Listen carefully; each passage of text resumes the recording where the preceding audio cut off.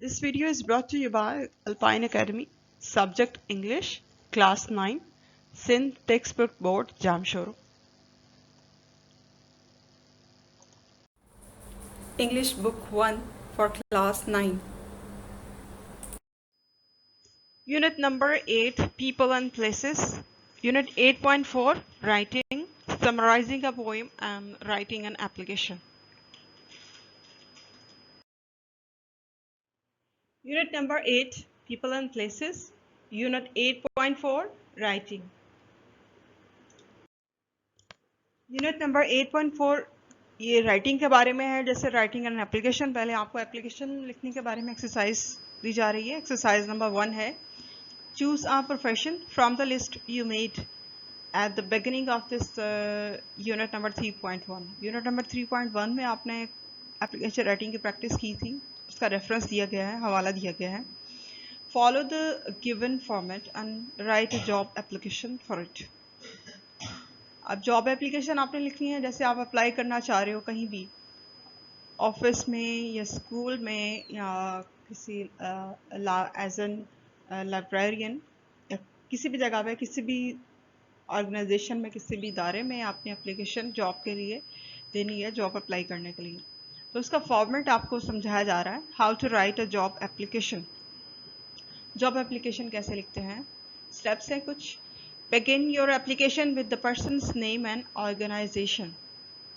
सबसे पहले स्टार्ट करते हैं जब, तो फिर जिसको लिखा जा रही है ना एप्लीकेशन, जिसको लिखा जा रहा है कि जॉब लेने के लिए, वो इदारे का नाम और फिर जिस शख्स को लिखा जा रहा है उसका नाम आपने स्टार्टिंग में मेंशन करना है। Then use formal language. Formal language use करें। फॉर्मल का मतलब है रस्मी, यानी कि official language, academic language. Informal जो हम नॉर्मली हम अपने रिश्तेदारों से, दोस्तों से या नॉर्मल पर्सनस के साथ, पीपल के साथ कम्युनिकेशन में यूज़ करते हैं, वैसी लैंग्वेज यूज़ नहीं करनी। फॉर्मल यानी रस्मी लैंग्वेज आपकी होनी चाहिए। Brief information, sentences and short paragraphs. मुख्तसर जामे बात करें, बहुत लंबे पैराग्राफ मत बनाइए और मालूमात दे दीजिए प्रिसाइज करके। फिर check your spellings, grammar and punctuation carefully. Application लिखते हुए स्पेलिंग का, ग्रामर के स्ट्रक्चर का, पंक्चुएशन वगैरह का ख़ास ख्याल रखें, उसको रीचेक भी करें। Then follow the format given below, और नीचे फॉर्मेट दिया गया है, इसको फॉलो करते हुए आपने एप्लीकेशन लिखनी है। अब ये जो फॉर्मेट है जॉब एप्लीकेशन के लिए, ये यहाँ पर है, इसको ध्यान से समझ लें। पहले डेट आप मेंशन करोगे, फिर name of the recipient, recipient जो रिसीव करेगा, ठीक है, जिसको आप एप्लीकेशन लिख रहे हो। जैसे डायरेक्टर है, मैनेजर है, स्कूल का प्रिंसिपल है या मैडम है, कुछ भी, या जिस भी ऑफिसर को आप लिख रहे हो, ठीक है, उसका नाम आएगा। फिर डेजिग्नेशन, फिर उसका डेजिग्नेशन क्या है, मतलब वो किस ओहदे पे हैं। जैसे कि अगर आप मिस्टर सलीम सपोज और वो मैनेजिंग डायरेक्टर हैं या फिर डायरेक्टर हैं आप फॉर्म, या जनरल मैनेजर हैं, तो उनका आप यहाँ पे डेजिग्नेशन मेंशन करोगे। The name of the institution, फिर इदारे का नाम आएगा, जो भी इदारा है, कोई गवर्नमेंट का है, कोई रेलवे स्टेशन है, ठीक है, या फिर कोई स्कूल है, कॉलेज है, कोई ऑफिस है, कुछ भी, उसका नाम। Then name of the city, फिर एड्रेस लिखोगे आप, इसमें शहर का नाम ज़रूरी आप मेंशन करोगे, या इलाके का नाम भी साथ में आप मेंशन कर सकते हो, एरिया का। देन सब्जेक्ट आएगा, सब्जेक्ट यानी कि क्या मेन टॉपिक है आपकी एप्लीकेशन का। Right the relevant subject of the application. Application किस लिए, जॉब एप्लीकेशन के लिए है, जॉब अप्लाई करने के लिए तो आप वो मेंशन करें, किसी और काम के लिए है तो वो इसको इसमें आप मेंशन करें, बिल्कुल शॉर्टली आपने इसमें मेंशन करना होता है। देन आप एप्लीकेशन स्टार्ट करते हो, ये आपका स्टार्टिंग का पैटर्न है। फिर उसके बाद आप डियर सर या मैडम, और इसके बाद कॉमा यूज़ करोगे, ठीक है। मेल को लिख रहे हो तो सर लिखो, फीमेल को लिख रहे हो तो मैडम लिखो, और फिर कॉमा। कॉमा के बाद आप सेंटर से फर्स्ट पैराग्राफ स्टार्ट कर दो, इसके नीचे से ही। Mention how you came to know about the job position and why you want to apply for it. सबसे पहले आप ये बताएं कि आपको इस जॉब पोजीशन का कैसे पता चला। जैसे कि आपने नेट से देखा, फेसबुक से देखा, या न्यूज़पेपर से देखा, या किसी से सुना, या किसी ने रेफ़र किया आपको, तो ये आपने बताना है। उसके बाद ये बताना है कि आप यहाँ पे अप्लाई क्यों कर रहे हो, इस जॉब के लिए क्यों अप्लाई कर रहे हो, रीज़न। नेक्स्ट सेकंड पैराग्राफ में आपने क्या बताना है कि हु आर यू, आप क्या हो, what have you done and why you think you are suitable for this position. मतलब अपने आप को आपने जस्टिफाई करना है कि आप इस जॉब के लिए सूट कर रहे हो। जैसे आपकी क्वालिफिकेशन हो गई, एक्सपीरियंस हो गया, आपकी पोटेंशियल होगी, उसको आपने बताना। फिर थर्ड पैराग्राफ में क्या आएगा, ask for due consideration of the application and request for a positive reply. जाहिर है कि हम एप्लीकेशन लिखते हैं तो उम्मीद यही रखते हैं कि इसको रिस्पॉन्स किया जाए अच्छा, पॉजिटिव। तो आपने यही कहना है, उनसे दरख्वास्त करनी है, रिक्वेस्ट करनी है कि आप इसको कंसीडर करें, जो भी हमने आपसे लिखा, आपको लिखा है इस एप्लीकेशन में, रिक्वेस्ट की है इस जॉब के लिए। तो इंशाल्लाह अगर चांस दिया जाएगा तो आप अच्छा परफॉर्म करेंगे। इस तरीके से आप एप्लीकेशन को एंड करो। फिर लास्ट पे आपने क्या करना होता है, थैंक यू लिख के फिर योर्स सिंसियरली या फेथफुली और कॉमा आएगा, फिर नेम ऑफ द सेंडर, अपना नाम मेंशन करें, and address of the sender, अपना एड्रेस भी लिख सकते हो यहाँ पर, या कॉन्टैक्ट नंबर जो भी है। ये थोड़ा बहुत चेंज हो जाता है जब हम एप्लीकेशन लिख रहे होते हैं ना। तो एवरेज फॉर्मेट सेंटर का, जब मतलब इसके बॉडी पैराग्राफ्स होते हैं किसी भी एप्लीकेशन के या फॉर्मल लेटर के, इसमें इन चीज़ों को देखा जाता है। अगर हम जॉब एप्लीकेशन लिख रहे हो, स्टार्टिंग के ऊपर आपने फॉर्मेट देखा, यही होता है, और लास्ट के ऊपर फॉर्मेट, इसी फॉर्मेट को फॉलो करते हुए हमें इंफॉर्मेशन प्रोवाइड करनी होती है।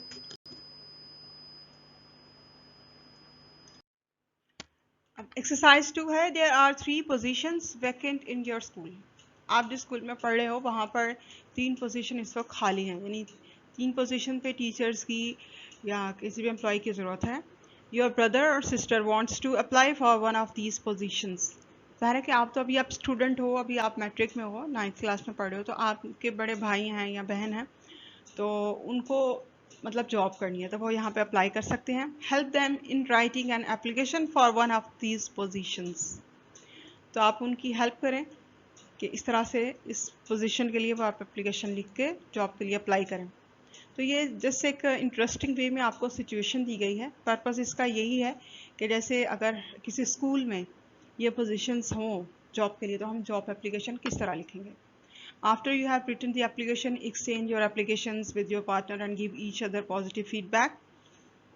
इसका पर्पस यही होता है, हर एक्सरसाइज में आपको कहा जाता है इसलिए कि आप एक दूसरे के से काम को एक्सचेंज करें, ताकि एक दूसरे की मिस्टेक्स देखें और सही काम किसने किया है। पढ़ के पता चलता है, डिफरेंट 2-3 स्टूडेंट जब अपना काम देखते हैं, किसी ने कुछ अच्छा किया होता है, किसी ने कोई मिस्टेक की होती है, तो आप फीडबैक दे के इसको करेक्शन में लेके आ सकते हो, करेक्ट कर सकते हो, एडिट कर सकते हो। अब ये जो पोजीशंस हैं वो ये हैं, the positions are as follows. Number 1 है सब्जेक्ट टीचर। अब सब्जेक्ट कोई भी हो सकता है, मैथ्स का या इंग्लिश का, उर्दू, साइंस, ठीक है। एक सब्जेक्ट टीचर की ज़रूरत है। सेकेंड ऑप्शन है लेबॉरेटरी असिस्टेंट की ज़रूरत है, प्रैक्टिकल वगैरह को करवाने के लिए, परफॉर्मेंस के लिए असिस्टेंट की ज़रूरत है। और नंबर 3 सेक्रेटरी की ज़रूरत है।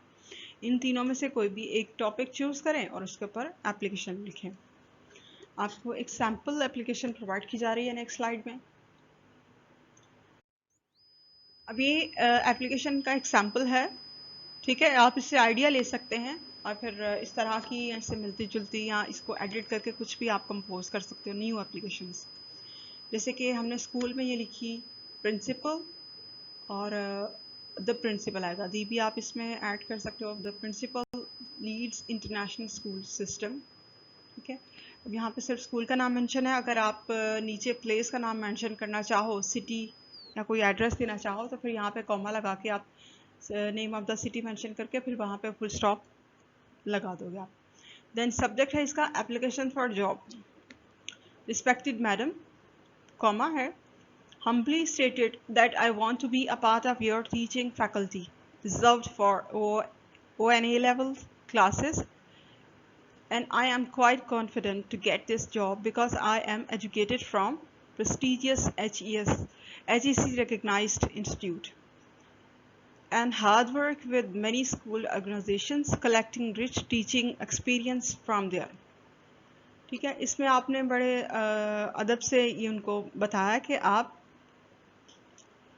OA लेवल्स को पढ़ाने के लिए जॉब के लिए अप्लाई करना चाह रहे हो।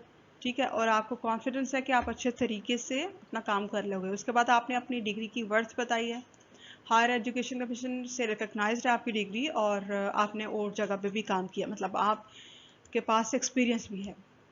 देन नेक्स्ट पैराग्राफ में देखिए, I was highly appreciated by my all high ups in the previous school and colleges, but now I want to serve this institute as it is the best of all, and working with you in congenial atmosphere would be a great experience for me. अब आपने बताया कि आपने जब भी कभी काम किया या स्टूडेंट रहे तो आपने अप्रिसिएशन ली है, अब आप उनके इदारे में काम करना चाह रहे हो, ठीक है, तो उसकी तारीफ कर दी आपने। I'm creative and believe in innovation, and this is what needed at the most in O&A levels. ज़ाहिर है कि ए लेवल स्टडीज़ के अंदर इनोवेशन की ज़रूरत होती है, क्रिएटिविटी की ज़्यादा ज़रूरत होती है, और अभी तो सेकेंडरी सिस्टम में भी इनोवेशंस को लाया जा रहा है, कोशिश की जा रही है। तो आपने आपने इस सेंटेंस को अपने कॉन्टेक्स्ट के हिसाब से चेंज करना है। सारे सेंटेंसेस ज़ाहिर है कि जैसा टॉपिक होता है वैसे ही चेंज होंगे, ये तो एक सैम्पल है जैसा आइडिया देने के लिए। My resume and all necessary documents are attached herewith for your kind and experienced view, kindly consider me in good concern.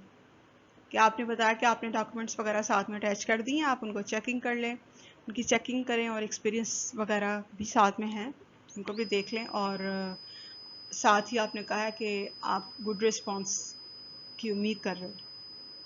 Thanks giving an advance, ठीक है, और थैंकिंग इन एंटिसिपेशन और simply thank you.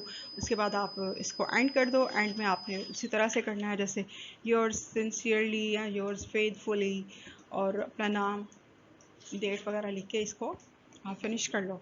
इस तरीके से आप job application form कर सकते हो, इससे मिलती जुलती आप इसको चेंज करके, ये जस्ट एक आइडिया के लिए है।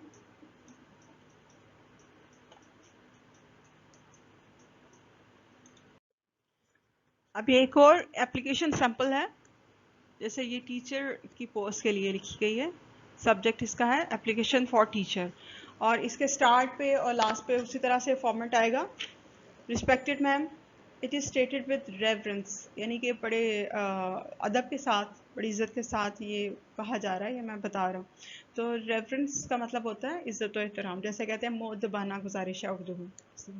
That I saw your advertisement regarding job vacancy on your website. अब आपने वेबसाइट से देखा वैकेंसी को, उसको देखते हुए आपने अप्लाई किया। I am highly willing to apply at your prestigious organisation as a science teacher, ठीक है, साइंस सब्जेक्ट टीचर के हिसाब से आप अप्लाई कर रहे हो यहाँ पे। Currently I am teaching students of primary and secondary students privately, ठीक है, साथ में आपने बता दिया कि आप काम भी कर रहे हो अभी और कौन से स्टूडेंट को टीच कर रहे हो। Being part of the education system and a fresh graduate, I understand the requirements of this position for which I am applying, ठीक है, आपने बता दिया कॉन्फिडेंट होकर कि आप समझते हो कि इस जॉब की क्या रिक्वायरमेंट्स हैं, तो अगर आप समझते हो तो आप कर भी सकते हो उसको। My resume is attached with the application, having mentioned all the diplomas I have done along the degrees, जैसे कि मास्टर्स इन लाइफ साइंसेस, इसमें डिग्री को आपने मेंशन कर दिया, आपकी मेन डिग्री मास्टर्स की किस में है। I uphold the communication and delivering style necessary to make students understand and topic, and I can demonstrate that too. फिर मज़ीद इसमें आपने अपनी टीचिंग मेथडोलॉजी को क्लियर किया है, बताया कि आप अच्छे तरीके से स्टूडेंट को समझा सकते हो। I request you to please visit my profile once, ठीक है, प्रोफाइल साथ में अटैच है, उसको भी देखने की आपने रिक्वेस्ट की है।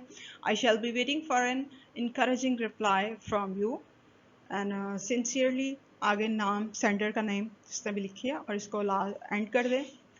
ये एक और सैम्पल है, जैसे सब्जेक्ट टीचर के लिए या किसी भी टीचिंग पोस्ट के लिए आप एप्लीकेशन लिखो, जॉब के लिए अप्लाई करो किसी स्कूल में, तो उसके लिए एक सैम्पल है। एक्सरसाइज नंबर 3 है summarising a poem. A poem एक नज़्म है, ठीक है, उसको आप समराइज कैसे कर सकते हो, मतलब उसका खुलासा कैसे लिखना होता है। Read the following poem silently, then discuss the story with your partner. पहले आप पोएम की रीडिंग करो, उसके बाद इसकी स्टोरी क्या है उसको समझने की कोशिश करने के बाद आप डिस्कशन करो, उसके बाद आप इसकी समरी लिख सकते हो। समरी में क्या करना होता है कि पोएम में क्या है, किसके बारे में, what is the poem about, और इसमें मेन पॉइंट्स बताने होते हैं, और इसके साथ थोड़ा सा सेंट्रल आइडिया भी आप मेंशन कर सकते हो।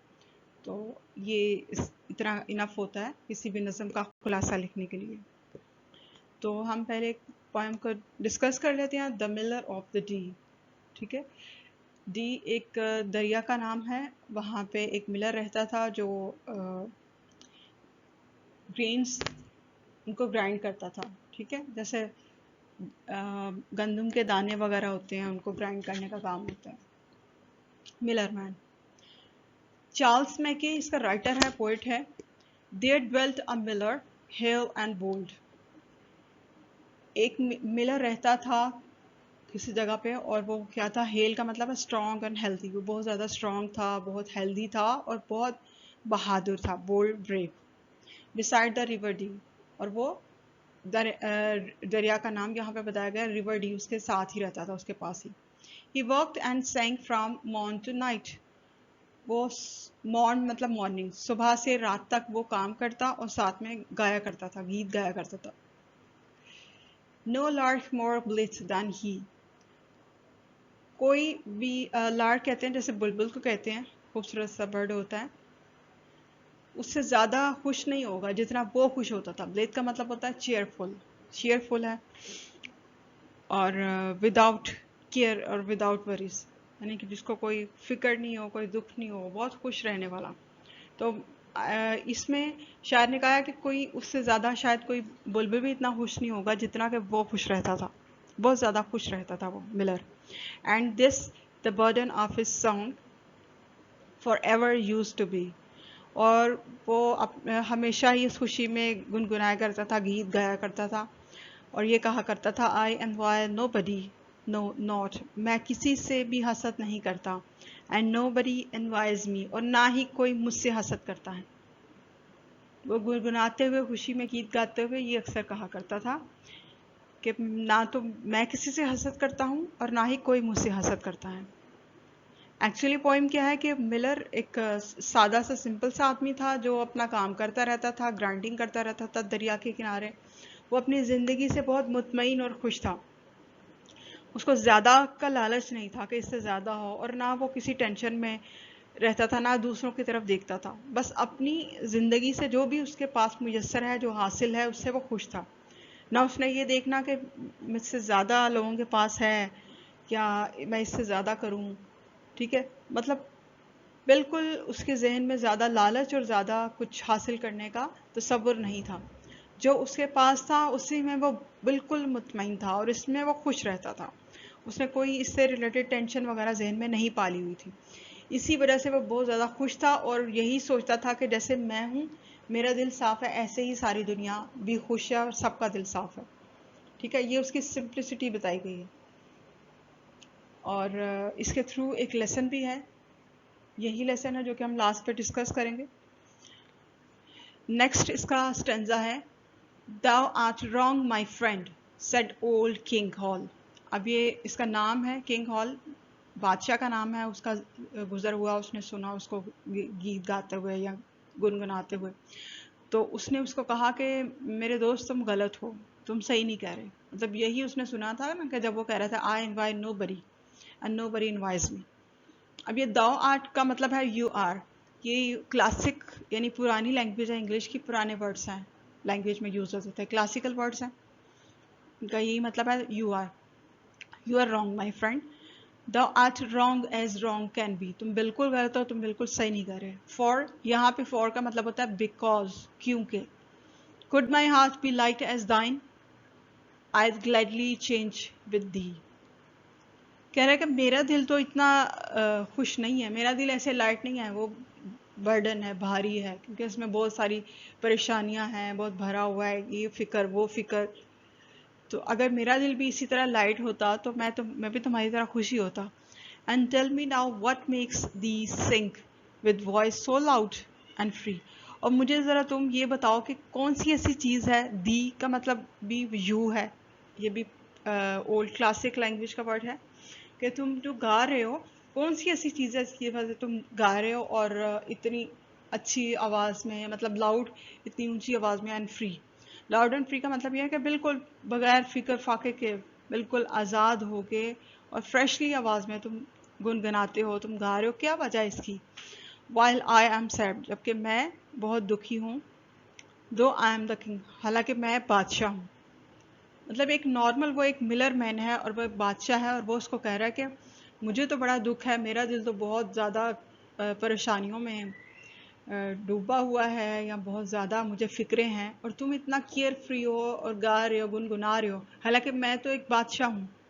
तो तुम, क्या वजह है, इसके पीछे क्या चीज़ है? बिसाइड द रिवर डी, वहाँ पे दरिया पे, डी रिवर पे जो मिलर मैन था वो गुनगुना रहा था, जो जब गा रहा था तब बादशाह ने उससे ये पूछा। नेक्स्ट थर्ड स्टैंजा है इसका। The miller smiled and doffed his cap. अब मिलर मैन ने क्या किया कि मुस्कुराया, उसने मुस्कुरा दिया, मुस्कुरा के उसने, डॉफ्ट का मतलब है टुक ऑफ, अपना हैट उतारा सर से। ये एक जेस्चर होता है, जैसे किसी की रिस्पेक्ट में, आपने देखा होगा पुरानी इंग्लिश मूवीज में अक्सर के वो किसी को देख के मैजेस्टी या लॉर्ड के सामने, बादशाह के सामने अपना अपने सर की टोपी उतार के थोड़ा सा यूं बेंड होके, कि किसी को, किसी बड़े रुतबे वाले को रिस्पेक्ट देने का एक जेस्चर होता है। तो इस जेस्चर को फॉलो किया उसने, उसने अपना कैप उतारा और कहा, आई अर्न माई ब्रेड, मैं अपनी रोटी कमाता हूँ। कोथ ही, ये भी कोथ भी वर्ड क्लासिक वर्ड है, पुराना वर्ड है, यानी कि कोट ही कोटेड, उसने ये कहा। I love my wife, I love my friend, मैं अपनी वाइफ से मोहब्बत करता हूँ, अपने दोस्तों से मोहब्बत करता हूँ। आई लव माई चिल्ड्रन 3, मैं अपने बच्चों से, 3 बच्चे हैं मेरे, उनसे मोहब्बत करता हूँ। आई ऑन नो पैनी आई कैन नॉट पे, मेरे ऊपर कोई एक पैनी का मतलब होता है कोई एक सिक्का भी नहीं, ज़रा सा पैसा भी नहीं है जो मैंने किसी का देना हो, यानी मेरे सर पे कोई उधार नहीं है।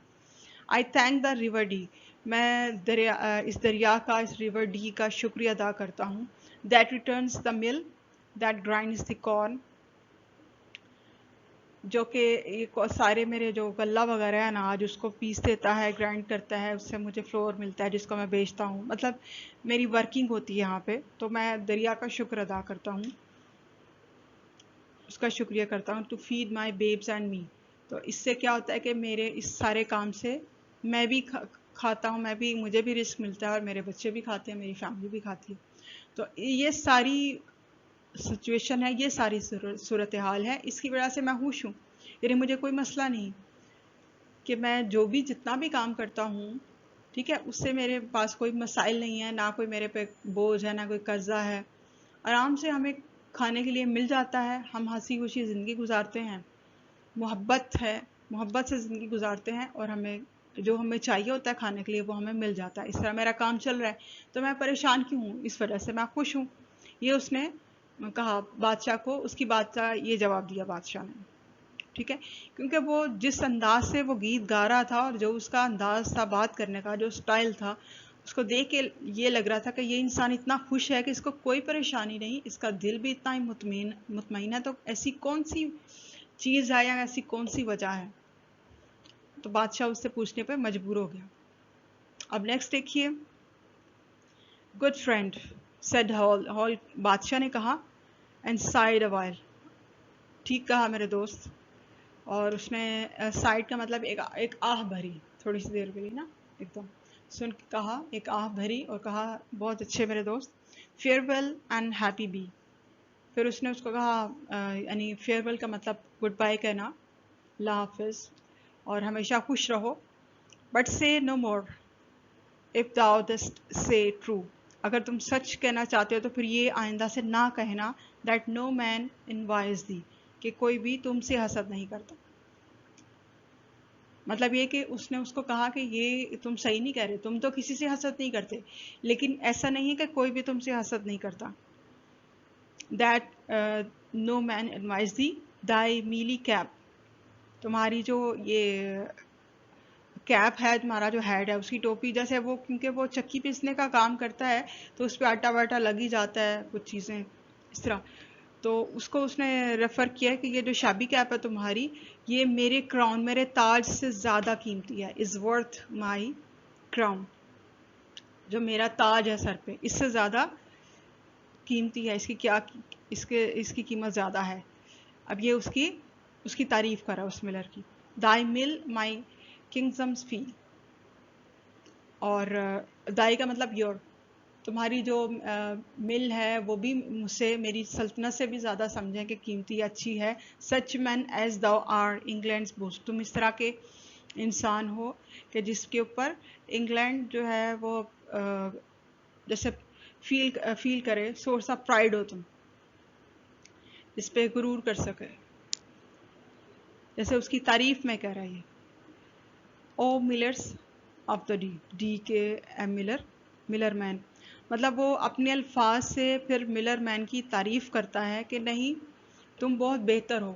कहने का ये मतलब है कि जैसे वो उससे हसद कर रहा है। हसद करने का मतलब नहीं होता, एक स्टाइल है, एक बात करने का अंदाज है कि मैं बादशाह हूँ कि इतना खुश नहीं हूँ और तुम इतने खुश हो। मेरे सर पे ताज है लेकिन तुम्हारी ये सादा सी टोपी जिसके ऊपर शायद आटा भी लगा हुआ है कुछ, लेकिन ये इससे बेहतर है क्योंकि तुम मेहनत से और सब्र शुक्र से ज़िंदगी गुजारे हो, मेहनत से काम करते हो और तुम इतने खुश हो और तुम्हारा दिल इतना साफ़ है कि तुम किसी से हसद नहीं करते, और कोई भी, तुम ये भी साथ कह रहे हो कि किसी को भी तुमसे कोई मसला नहीं, कोई भी तुमसे हसद नहीं करता।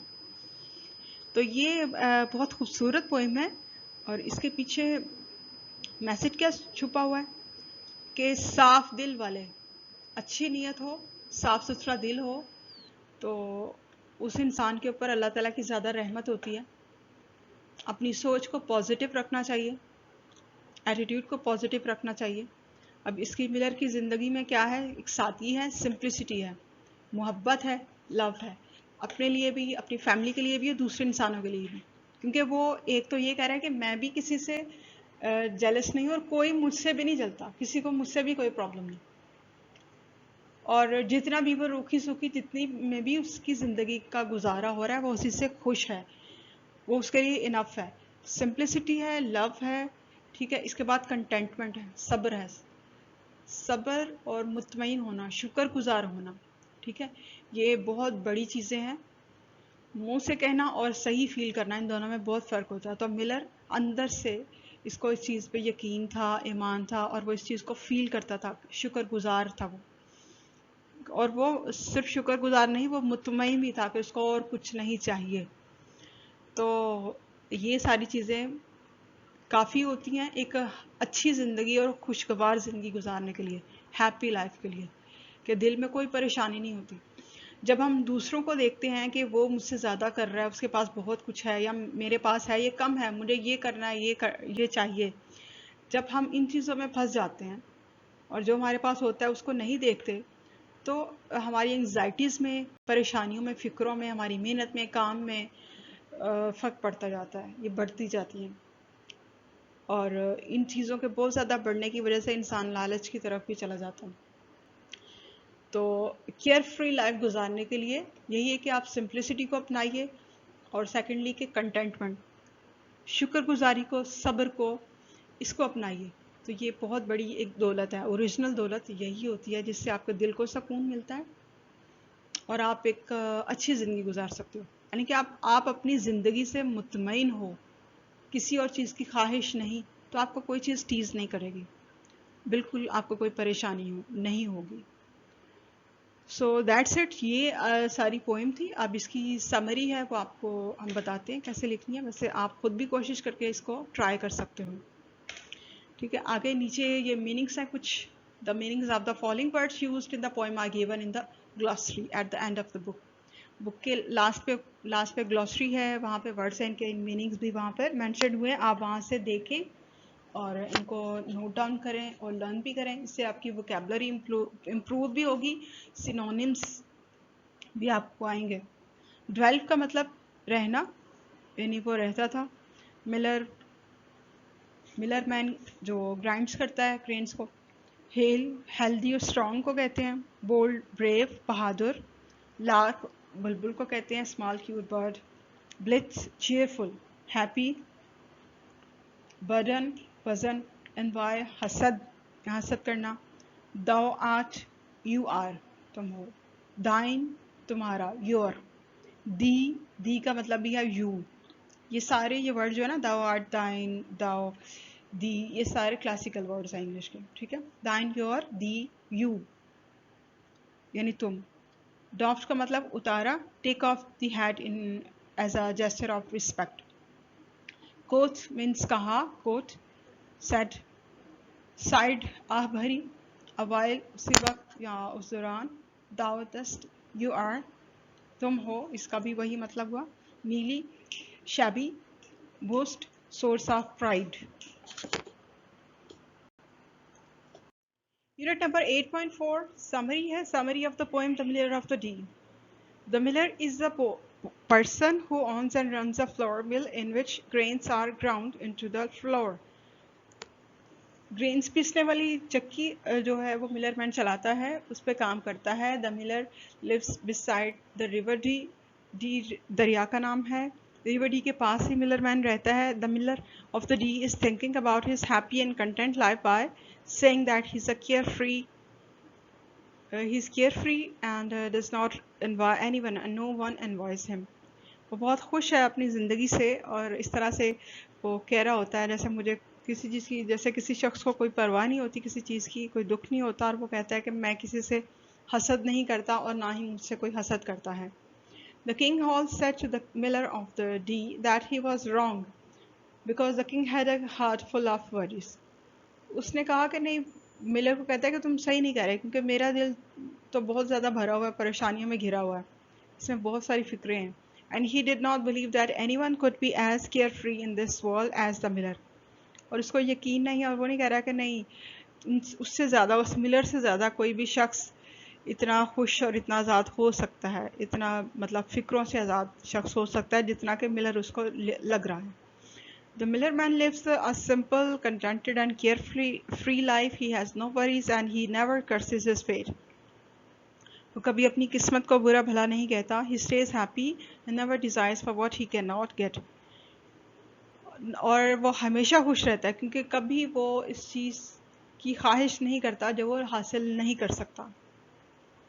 यानी वो मुतमईन रहता है अपनी किस्मत से जो भी उसके पास मौजूद है। नेक्स्ट पैराग्राफ है समरी का। He lives a contented and thankful life.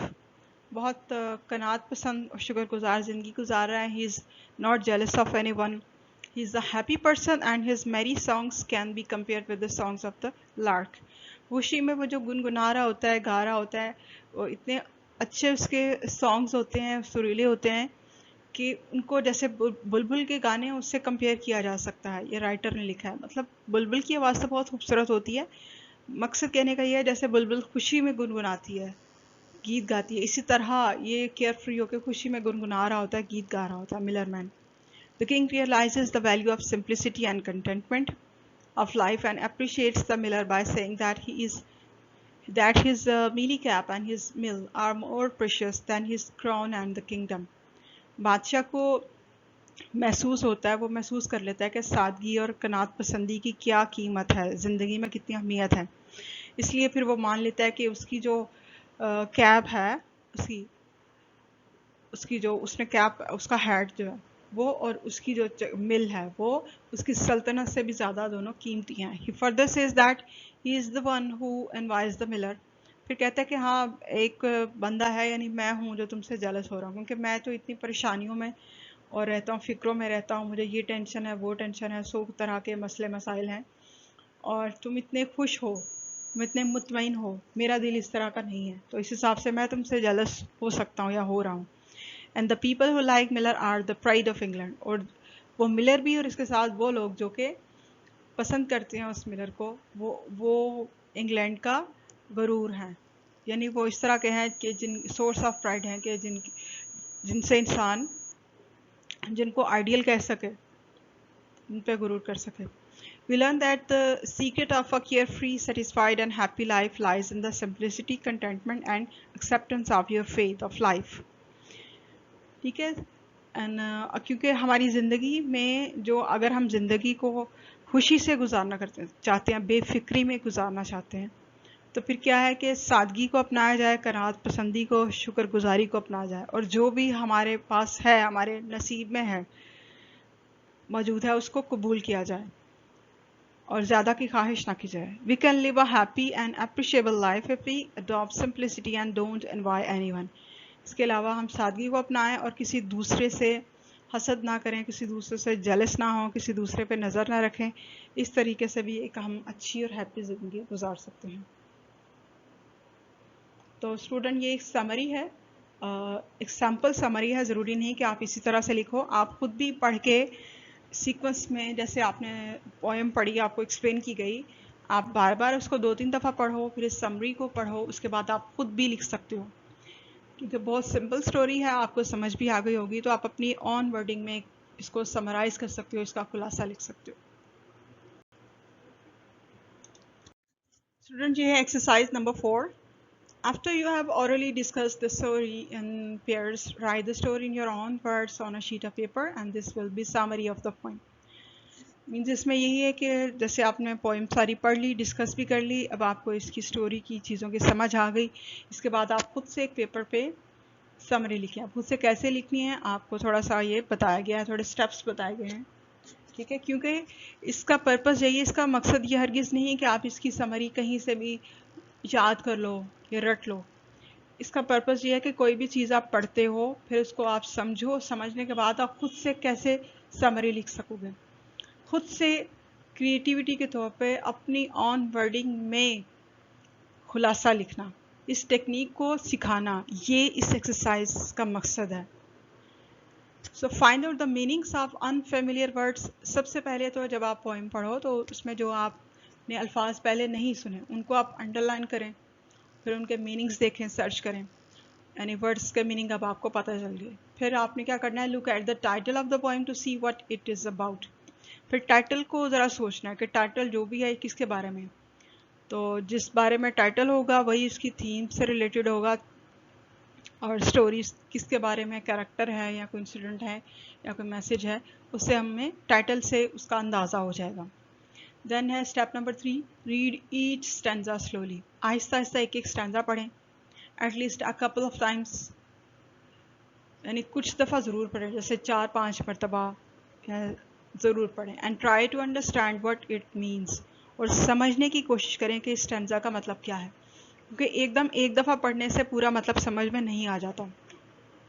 4-5 दफ़ा आप बार बार गौर से पढ़ोगे तो आपको खुद ही उसका मतलब समझ में आ जाएगा। जब आप वर्ड्स के मीनिंग भी देख लोगे तो ऑब्वियसली आपको इसका मतलब समझ में आएगा। Then read the poem as a whole to get the main idea. उसके बाद आप एक एक स्टैंजा आपने पढ़ लिया, वर्ड्स मीनिंग भी आपको आ गए। अब अगले स्टेप पे आपने पूरी पोएम एक साथ पढ़नी है। तो पूरी पोएम लास्ट तक पढ़ने पे आपके जहन में आ जाएगा कि इसका सेंट्रल आइडिया, मेन आइडिया क्या है, ये पोएम हमें क्या कन्वे करना चाहिए। क्योंकि हर लिटरेचर के काम का कोई ना कोई पर्पस होता है, कुछ कन्वे करना चाह रहा था, कोई कोई मैसेज होता है, राइटर का हिडन मैसेज होता है, या जो भी लेसन हो, पोएम हो, कुछ ना कुछ हमें कन्वे कर रही होती है, कुछ समझा रही होती है। तो फिर उस मेन आइडिया को आपने समझना। Now start writing the story. अब इसकी स्टोरी लिखना शुरू करें। यानी क्या हुआ, begin by giving the title of the poem and the name of the poet. सबसे पहले आप नाम लिखें पोएम का, उसके बाद राइटर का नाम लिखें। After this right the key message of the poem. इसके बाद पोएम का मैसेज लिखें। Finally write down the story in your on words. फिर पूरी स्टोरी यानी खुलासा लिख दें कि क्या हुआ। You can use dialogues in direct speech. कुछ डायलॉग्स भी आप इसमें यूज़ कर सकते हो, कुछ एक कोटेशन, जैसे पोएम में किंग ने ये कहा या मिलर ने ये कहा, तो इसका भी एक अच्छा इम्पैक्ट जाता है।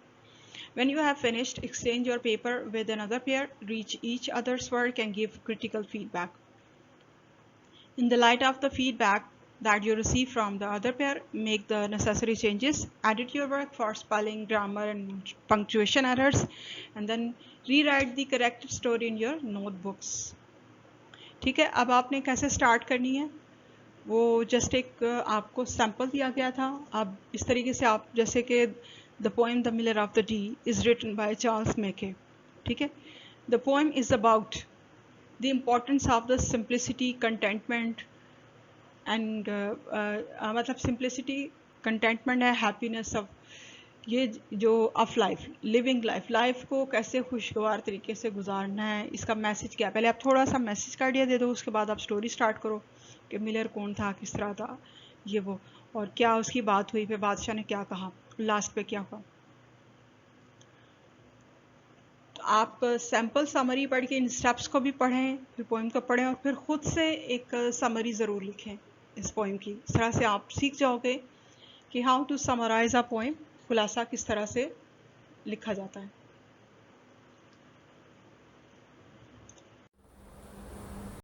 Thank you very much for listening to the instructor of